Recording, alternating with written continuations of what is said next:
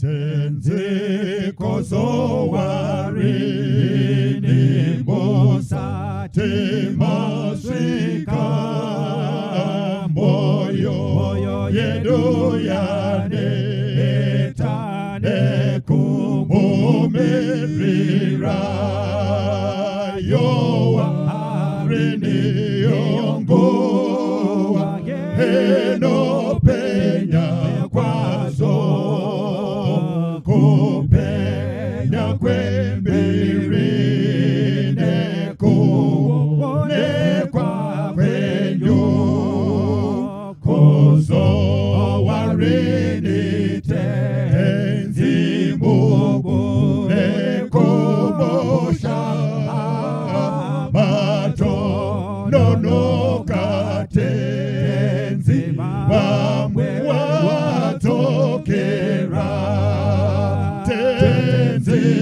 watende wenyu wazarane ziwi washoma wakamira muruvaro wenyu mutsanyi wakarara chemanyi wamuke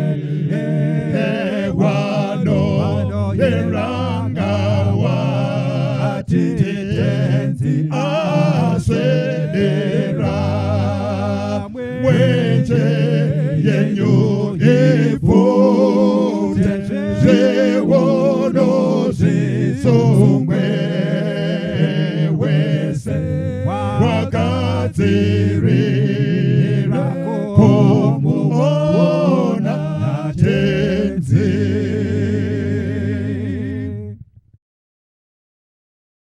Wanga wayenda kuna Jesu yere wasamba uropare nyenye wono simbira mbuta wake yere wasamba uropare nyenye wasamba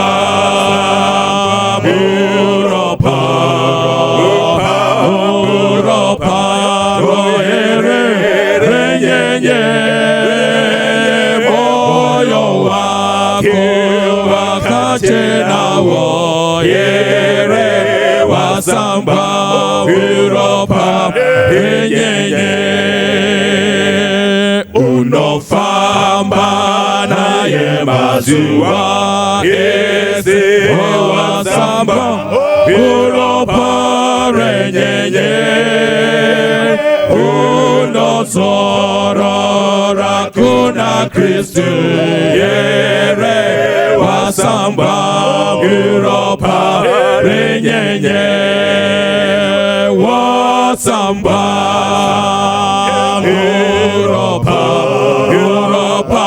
Europa yere renyenye moyo wako wakachena wo yere wasamba Europa renyenye mpambo asika unochena yere wasamba Europa renyenye wakatiri watimbateku denga wasamba Europa renyenye wasamba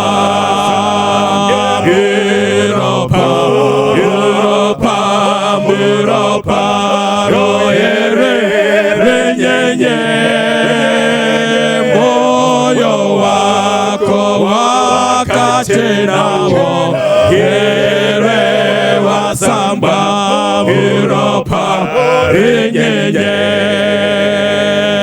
rasanguo iyo ilezitema osambe Europa renyenye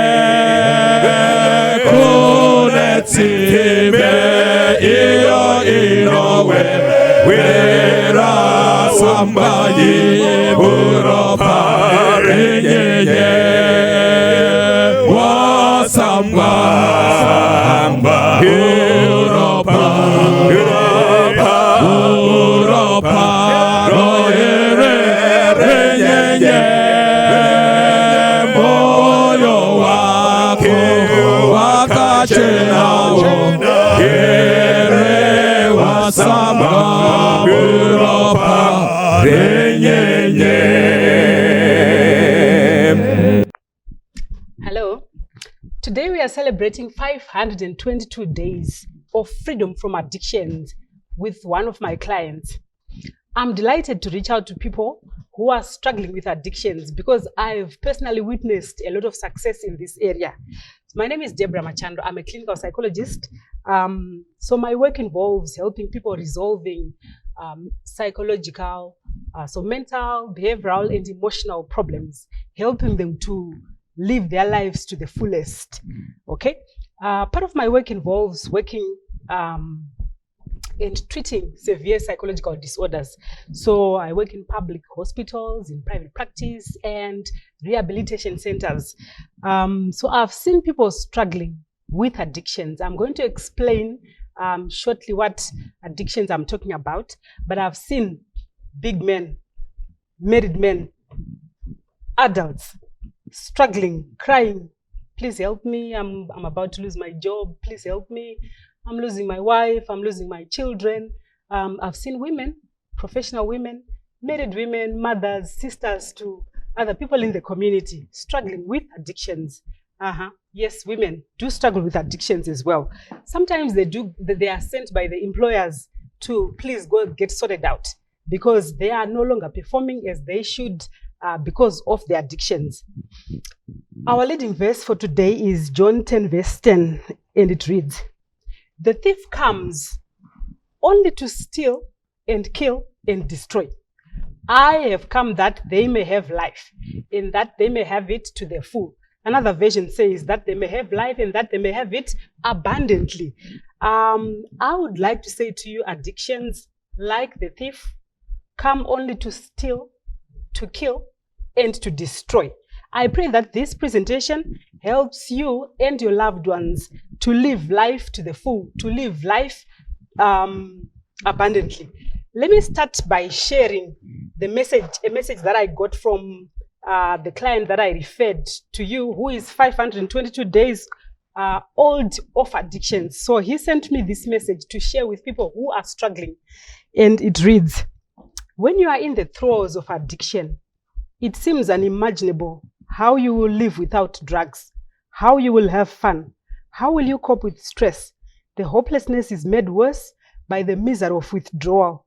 Depression and anxiety take over, and you want nothing more but to go back to that which you know is destroying you." That was me a little over 17 months ago, and countless times over 8 years that I was a prisoner to drugs. So today he's over 17 months old, and he is sharing these experiences with us. So a lot of my work involves working in public and private institutions. My understanding of addictions is completely shifted, working with real people who are struggling. And I'm happy to share some of these insights with you so that either you can help yourself if you're struggling, or you can also help others instead of judging them. The truth is, no one wakes up as an addict. No, usually it follows a specific pattern. So while I am going to speak specifically about substance abuse and particularly referring to alcohol and common drugs, when we talk about addictions, we are talking about addictions to pornography, addictions to social media, addictions to gambling, a lot of other addictions that you may think of, because there are common patterns that they follow. So you can actually apply some of these things to the different kinds of addictions that you might be struggling with. Okay. So usually when we speak about substance abuse, we are talking about illegal drugs like your cannabis, like cocaine. We are also talking about other substances such as alcohol, and including substances which are not necessarily illegal, like your pharmaceutical drugs. So there are some people who abuse medication, using it for the wrong things. So such medication as pethidine, as morphine. So I'm talking about all those different kinds of substances, okay? So let's start looking at who it is that's at risk for addiction. I spoke about women, professional women, because I've seen them struggling with alcohol, struggling with prescription drugs. It may have started out as, so a patient has gone through a major procedure, and then they have to be given their painkiller, and then afterwards they become addicted to the medication. And usually there are drug dealers who are on the lookout for such patients, and they are ready to supply medication even when you're in hospital, when you're in rehabilitation trying to get over the drugs. They'll come there, visit you with a plastic paper bag with bananas and oranges on top, and with your supply beneath. So I've seen professional women losing their families, losing jobs, losing lots of money, because sometimes it takes thousands of dollars to acquire those drugs. So yes, look out. It could be your mom, it could be your sister, it can be anyone who may actually be caught up in these struggles. Young girls, recently we've been seeing a surge of young girls struggling with substances. It's unbelievable. People get deported from, you've sold cows, you've, like Machando samari dzenyu dzese kuti muunganidze mwana aende kuuniversity. The next thing you are hearing, mwana adzoka because ari kunhongo akakolapsa, because ari kuabuse abuse my substances. So these things are real. I remember if young clients, kuma 12 years old girls, vachitoratidza kuti they have been doing drugs for a very long time. Okay. Young men, this is very common, especially kuma universities. You find kuti ma students vakawanda, usually even my students in medicine, pavanenge vakuno towards exams, they are struggling. Munano ya akasungwa, maoko magraza apukanyika, because they've become psychotic. Arasa pfungwa pamsana pema drugs. I just want to quickly point out kuti vamwe vanhu vanongotraya, maybe vachingofungwa trigger ndingotraya, and then they lose it. Vakutotanga kuona zvinhu, vakutotanga kutaura vega, vakutotanga kubvisa hembe, kupwanya zvinhu, So yes, that's what happens. And lastly, I want to talk about our church people. There are a lot of people, lots of Christians who don't think that the issue of addictions, the issues of substances concern them. They think that they live in their holy places, they are drugs. That's very sad, because a lot of our children, a lot of our adults are struggling with drugs. Because the world out there is cruel and they are getting exposed to a lot of things. So I want to point out, even as Christians, we are vulnerable to attacks from that.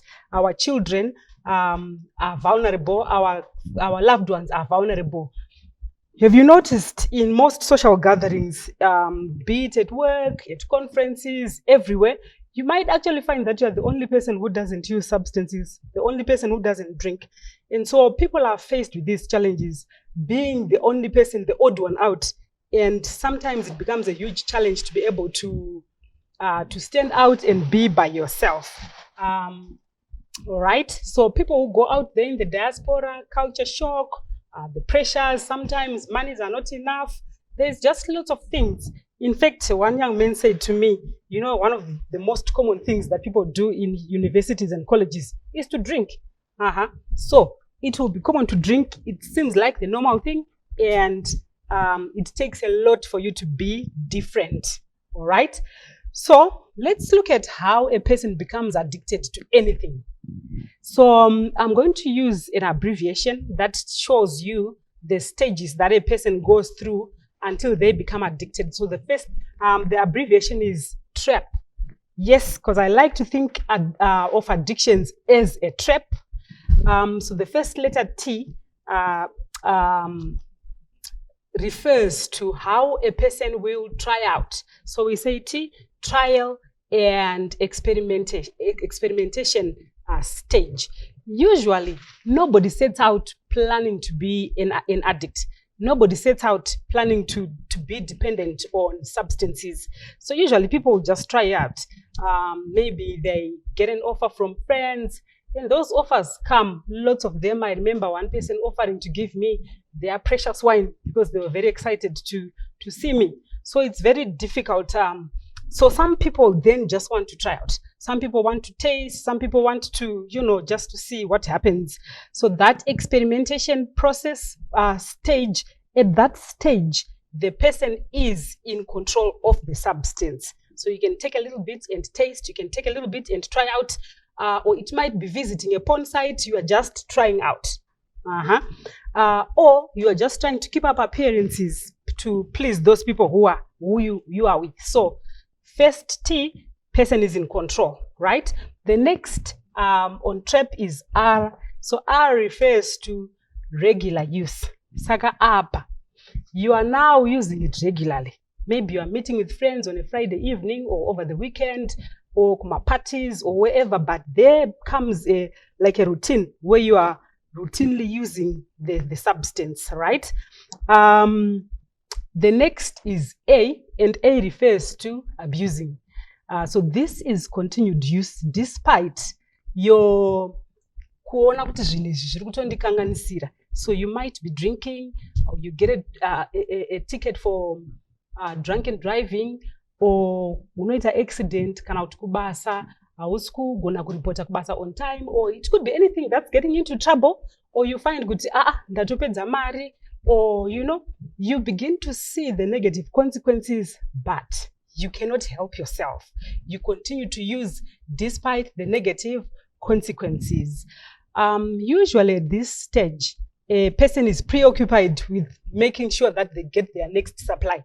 So it doesn't matter kuti. So you'll find that munhu anogona kurova kubasa, anogona kunonoka, anogona kana kushandisa mari yanga chifanira kushandisa for something chiri productive, just to make sure that they get that substance. Okay, so the last P on TREP, that's your physical and psychological addiction. So here you are gone. You are gone.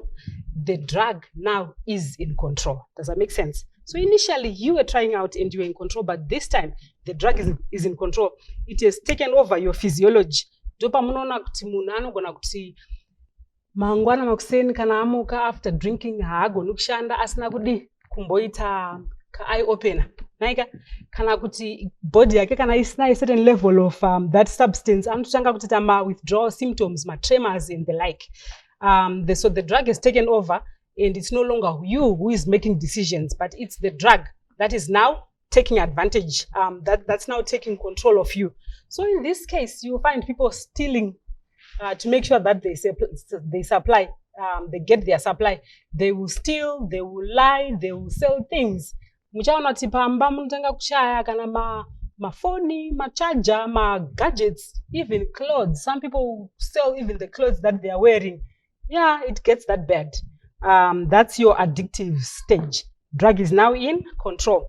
I've often seen parents in distress. Sometimes our patients get mentally ill from abusing substances, and they become disinhibited.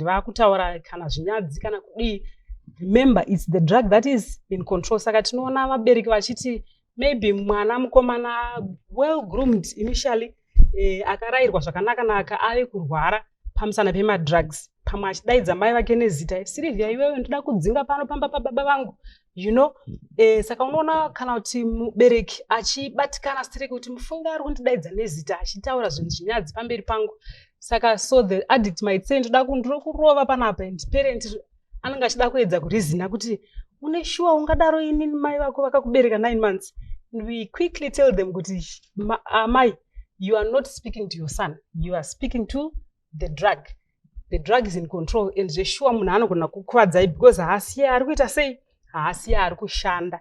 Hint hint, there are some people who want to give lectures and sermons to someone who is maybe intoxicated, or to someone who is now being run by drugs.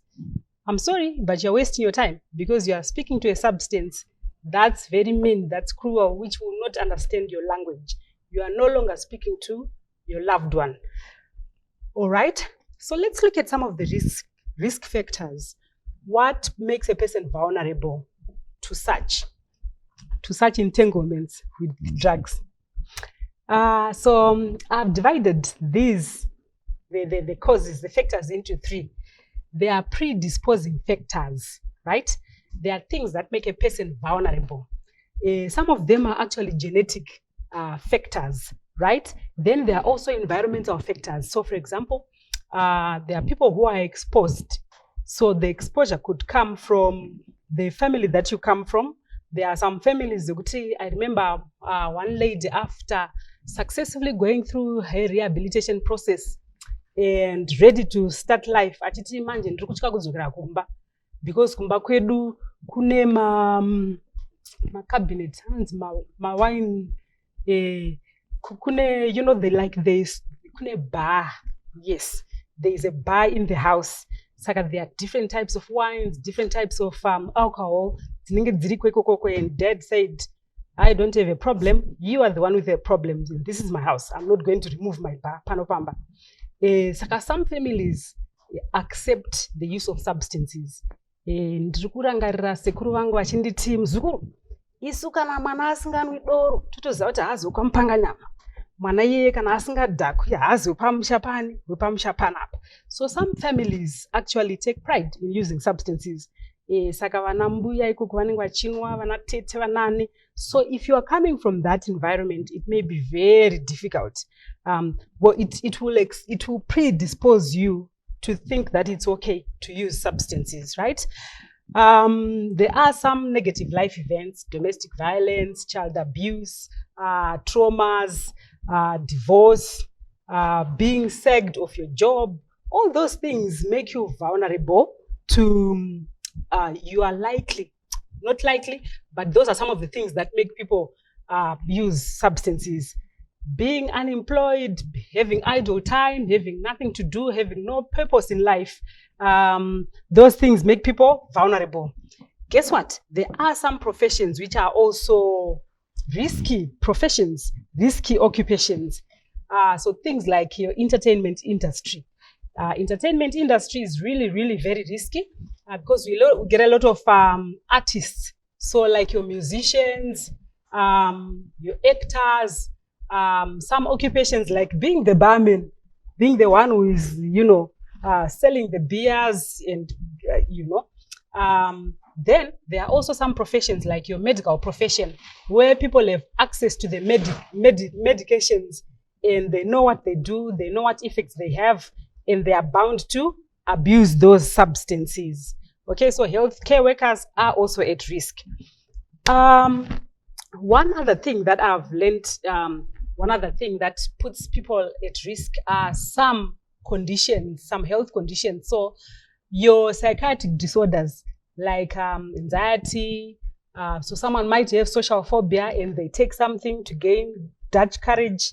Then there is severe depression or just depression in general, or schizophrenia where someone is hearing voices or seeing visions, or even chronic illnesses. So there are some people who will use substances to self-medicate so that they numb the pain that is associated with those mental health conditions and other chronic conditions. So we end up with different kinds of scenarios where a person abuses drugs and then becomes mentally ill, or a person is mentally ill, abuses drugs to deal with the negative effects of the mental illness, or mental illness, substance abuse. Both of these, so we say these conditions are comorbid, they come together, but they are being caused by a lot of other things. So before you may pass some judgments on anyone, you might want to understand what's really happening to them. Maybe the use of drugs is actually a cry for help, right? There are also individual factors that make a person prone to substance abuse. So your personality, how strong are you? How strong is your personality? Do you have high self-esteem, or you struggle with low self-esteem and inferiority complex, and you cannot afford to be the odd one out, so you tend to go by the flow. Then there are some people who are just adventurous. They love to seek novel sensations, so they'll just try it out for pleasure. Or there are some people who have poor coping skills. If they get distressed, they look for something to forget, or to forget, or to avoid dealing with what they have to deal with. So poor stress management skills can make a person vulnerable. All right. Then the next P, so the first P is predisposing factors. The next P is precipitating factors. Here we are looking at things that trigger the use of the substance. Okay, so maybe you are vulnerable, yes, but then something actually then happens and you start using. What are some of these things? It can be an overwhelming, stressful life event. So this could be maybe overwhelming academic demands, or you have lost your job, or you death in the family, or some kind of trauma, poverty, violence. All these negative things, when a person gets overwhelmed, some people will take to abusing substances in order to deal with those things. There's another way to think about your precipitating factors, which is also very useful in then knowing how to deal with them, like seeing what is the problem, what is the trigger, then helping you to deal with it when you want to recover. So we like to think of what you call internal triggers, because these are things that you can be in control of. So internal triggers include your negative emotions. So for example, feeling anxious, feeling angry, feeling frustrated, feeling sad, feeling depressed, or even feeling excited. These are things that can actually trigger the use of a substance, boredom, fatigue, and the like. So these are emotional states. So part of treatment is to help a person take stock of themselves. Which internal triggers, which emotions trigger the use of substances, so that they can find alternatives to deal with that negative or positive emotion. External triggers can be different things, like people.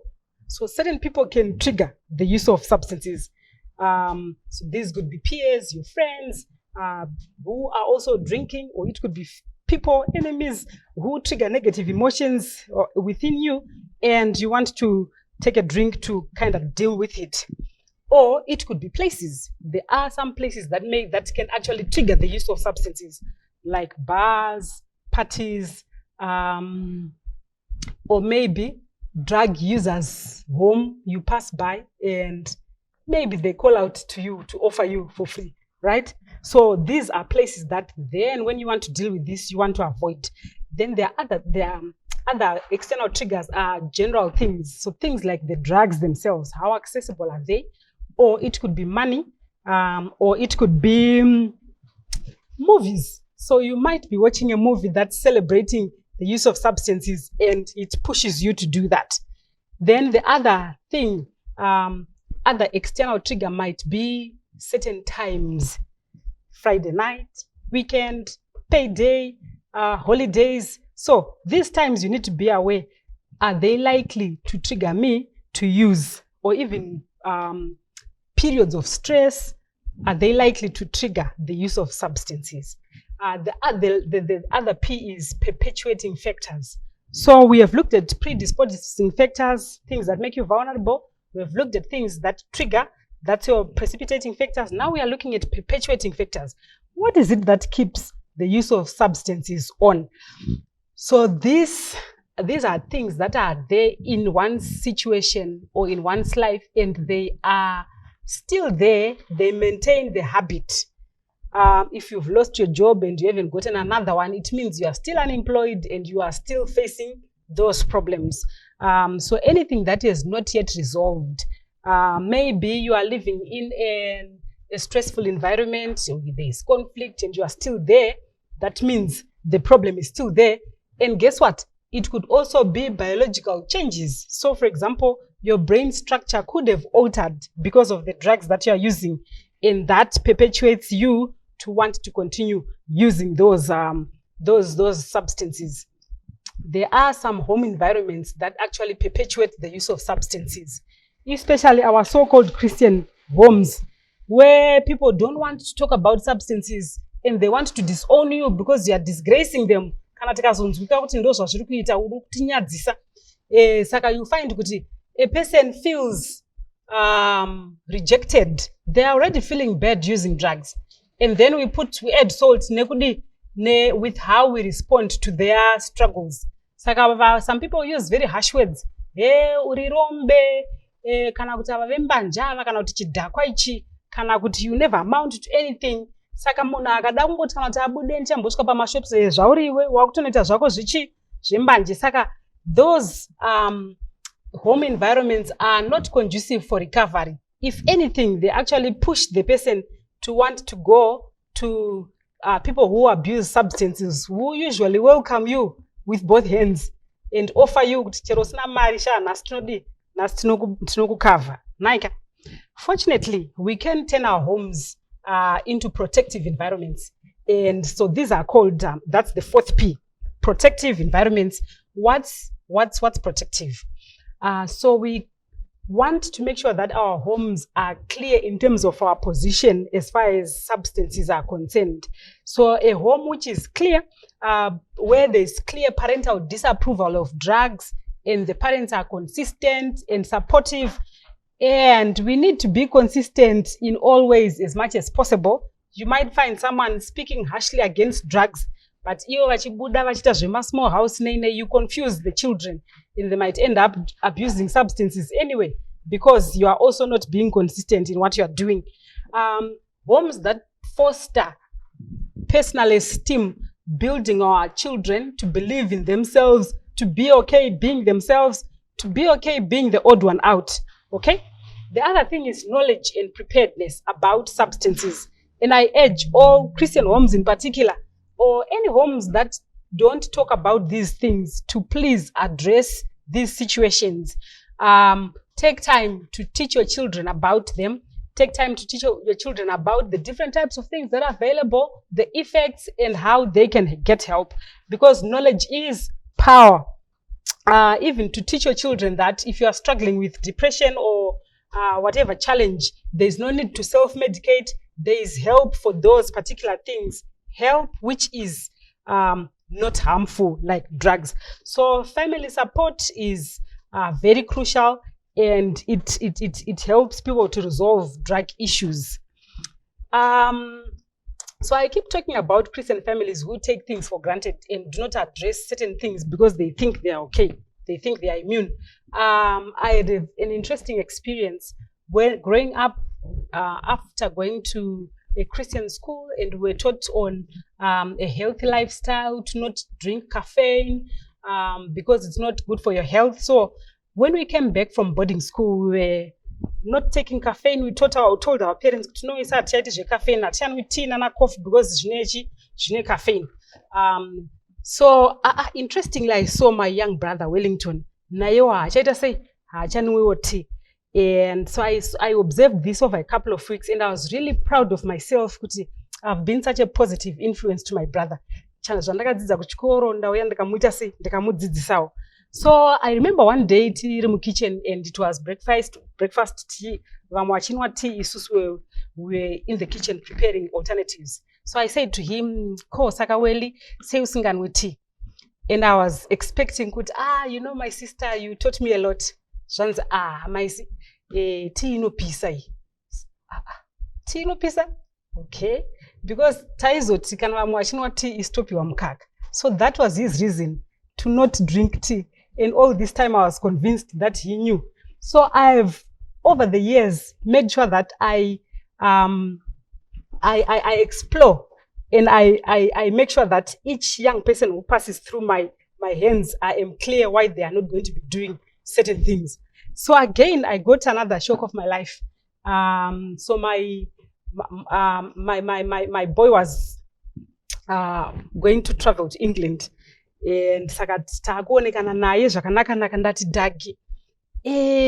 So tell me, what are you going to do about alcohol? Zvanzi mama ini zvedoro handitombobatsi. Ndikati yes. So feeling kuti yes, I've done a good job. Ndikati why? Zvanzi because mama, doro is a waste of money. Rinopedza mari doro. Okay, so if you get a lot of money, it means you are going to drink.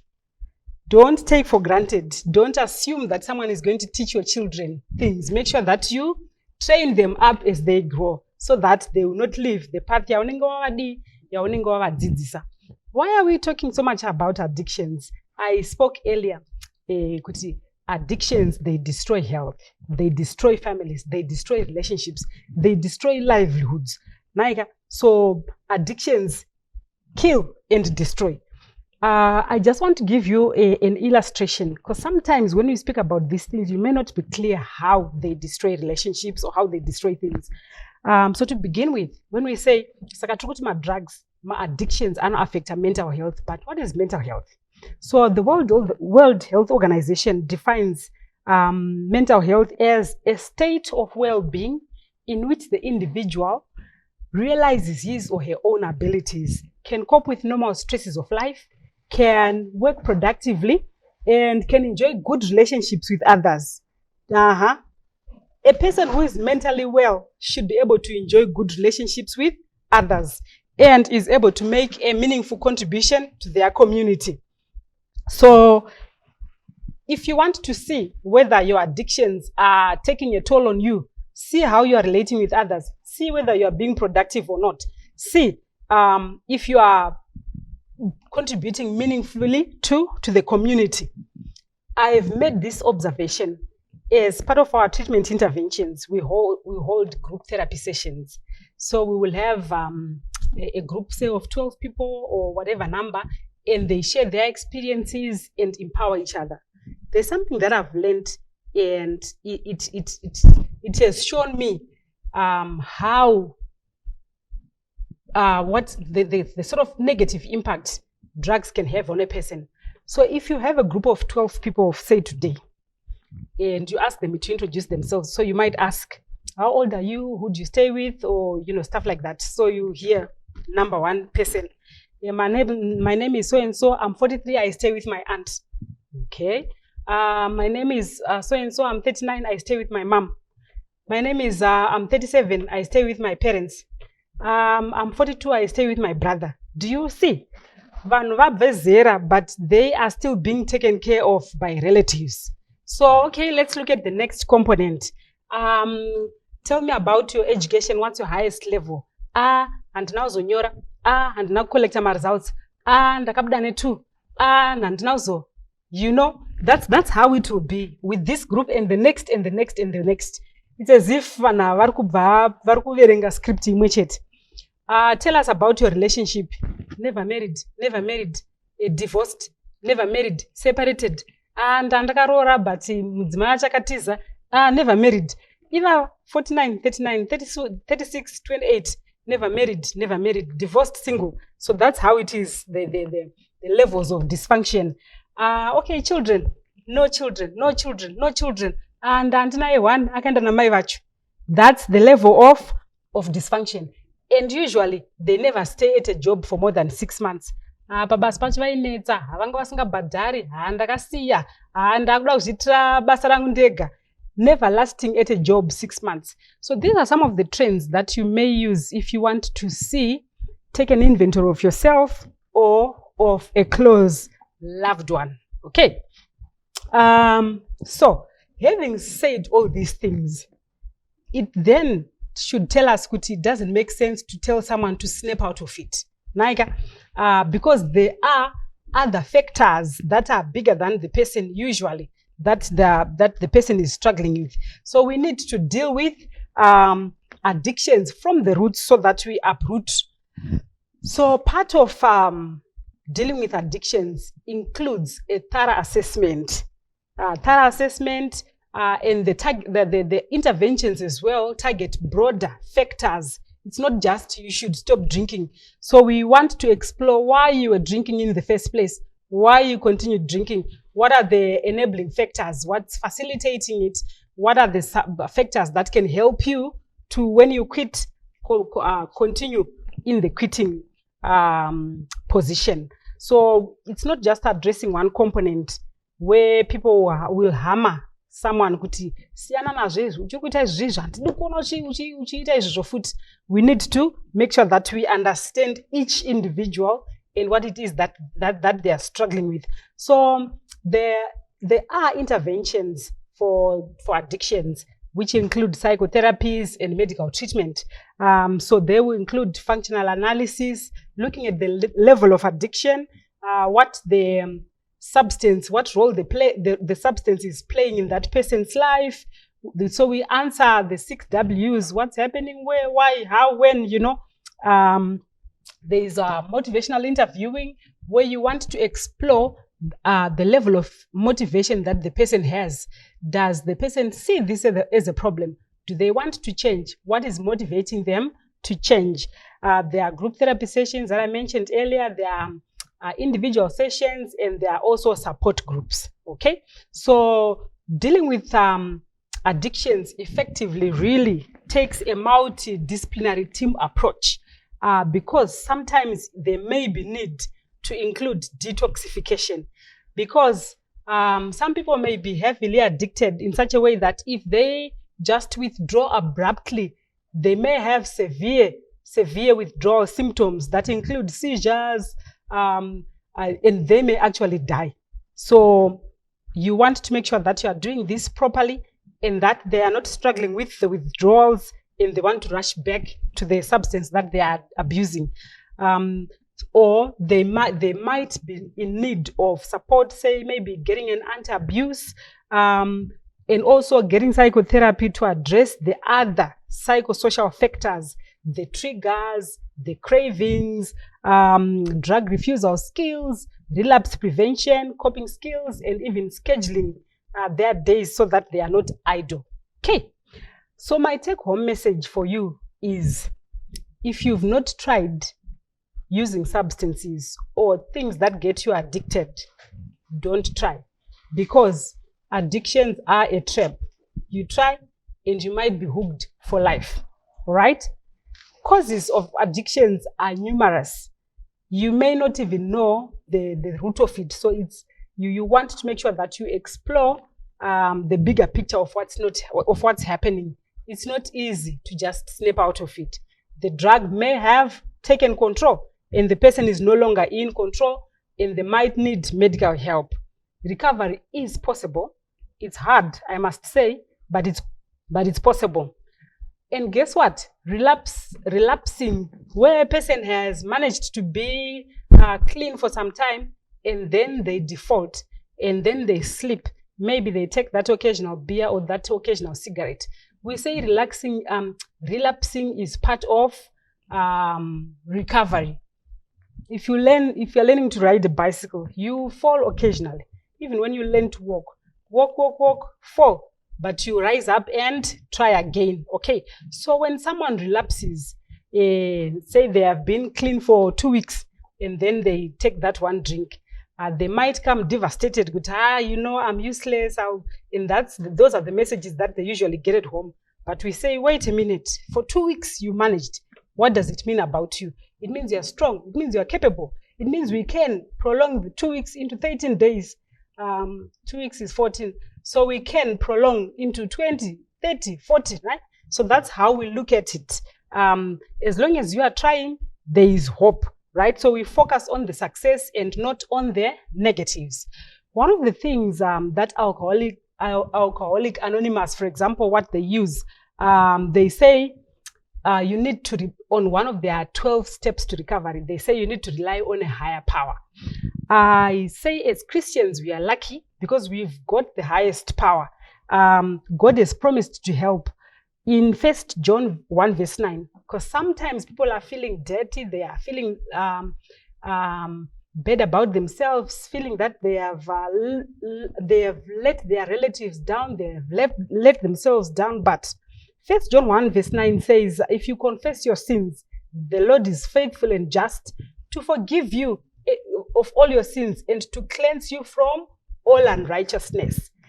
Isaiah 41 verse 10 says, "So do not fear, for I am with you. Do not be dismayed, for I am your God. I will strengthen you and help you. I will uphold you with my righteous right hand." So no matter how much we are struggling and wherever we are, the Lord has promised to help us and to uplift us with his righteous right hand. There is hope. Let me finish by reading the message from my client, who is 522 days old today. He says, "No matter how many times you fail to quit, you need to keep trying. Eventually, you will succeed. Try everything. Try everything again. Seek help. You will win. Yes, you will win." Let us pray. Our kind and loving Father, I want to thank you so much for your many blessings. We thank you that you came to give us life, and you came that we may live this life abundantly, that we may live the life to our best. We know that there are some people who are struggling with different kinds of addictions, but you have promised to help us. You have promised to uplift us. No matter how low we have fallen, you have said that you love us as we are. I pray for people who are struggling right now, that they may know that you love them just as they are, that they don't have to wait until they are clean to come to you, that you want them even in their state that they are in right now. I pray for families who have loved ones who are struggling with addictions. I pray that they may love them as they are, the way you have loved us, and that they may support them to recovery. In your mighty name we pray. Amen. Inoda chimwe chochiro kona tenze anonde dipakana ngemvura ngemoto ndenochema modesa memoyo wesekana moto monepese hazene Yezo zetema zenopera kutemo ndepeko onange pache chena ndechafa fora seko cheneswa moyo kondefa za modesa memoyo wesekana moto mondepe sehazene yezo zetema zenopera aseko tenda chene skwande zonde gazonzwezi sesande zozo zerozo zenyotenowo na modesa memoyo wesekana moto modepese hazene yezo zetema zenopera ndinose yazvakaye pane zvifungo zvakashatakana ndichiedza ndakayepa modesa memoyo wesekana moto mondepese hazine izo zetema zenopera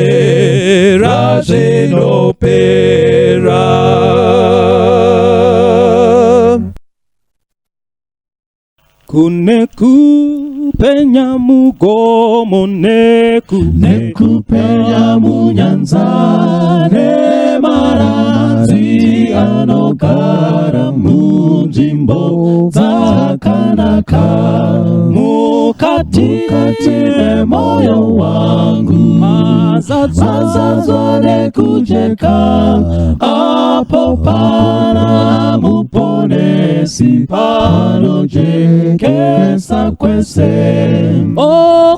okupenya kwa kanaka kupenyera mu moyo Jesu anobisenamo anopenya mu moyo dosi ya kusua kwangu sengua zote kare difukite kutenda mundi penyi kutenda kumusha wembiri uyo makandi katirira moyo wangu unotenda ndemweya unovuma okupenya kwa kanaka kupenyera mu moyo Jesu anobisenamo anopenya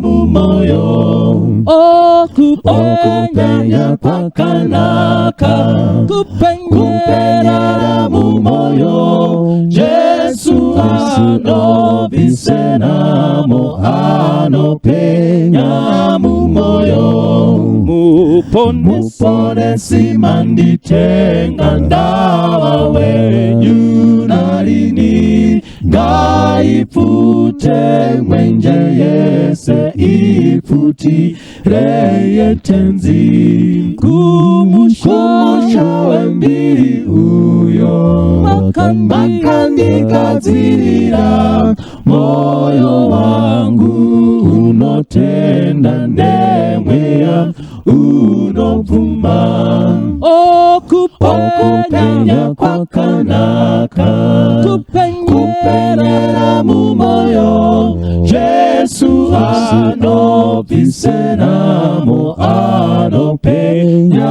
mu moyo okupenya kwa kanaka kupenyera mu moyo Jesu anobisenamo anopenya mu moyo okupenya kwa kanaka kupenyera mu moyo Jesu anobisenamo anopenya mu moyo Jesu anobisenamo anopenya mu moyo Jesu anobisenamo anopenya mu moyo Jesu anobisenamo anopenya mu moyo Jesu